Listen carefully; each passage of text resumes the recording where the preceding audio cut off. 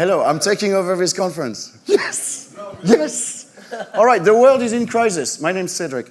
The world is in crisis. The gas emissions have been rising exponentially since the beginning of the Industrial Revolution, right? Which led to many problems such as the sea is rising, species are disappearing.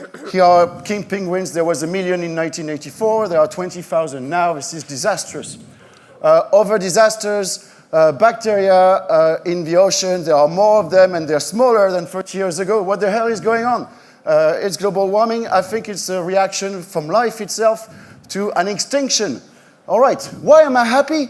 Well, because it's okay. It's okay, we have a solution, but people think there is no solution. If you look at this slide here, it's a photo from a conference.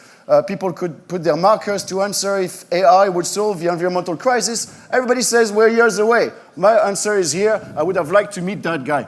But, I mean, it is very, very related to the post-truth society because nobody knows there is an answer. Nobody knows there is a solution, as you said earlier.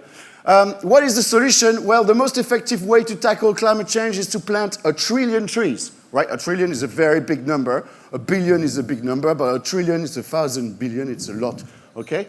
That would be like 1,000 trees per person. How are we going to do it? So there are papers about it, okay? Multiple researchers from different places have found out the same answer, the same solution. We have to plant trees. It's not that difficult.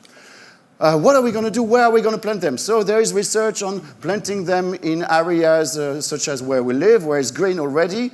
I think it's okay, but I think we need to do more than that. So 1 trillion tree, 5 square meters per tree, that's 5 million square kilometers. The Sahara Desert is 9 million square kilometers, so if you remove the mountains, etc. If we were converting the Sahara Desert into a green area, which it has been in the past, we would solve global warming. So here is an answer, and we should try to work on that. How can we do this? Because people say that is not possible.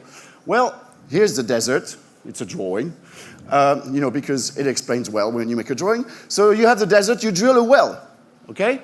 Because the Sahara Desert has the biggest reserve of fresh water on Earth below the ground, because water goes straight through the ground because there is no vegetation. You irrigate, you create shading structures because there is too much sunlight, so you control the sunlight. And then you put trees under them. Yes, they will grow.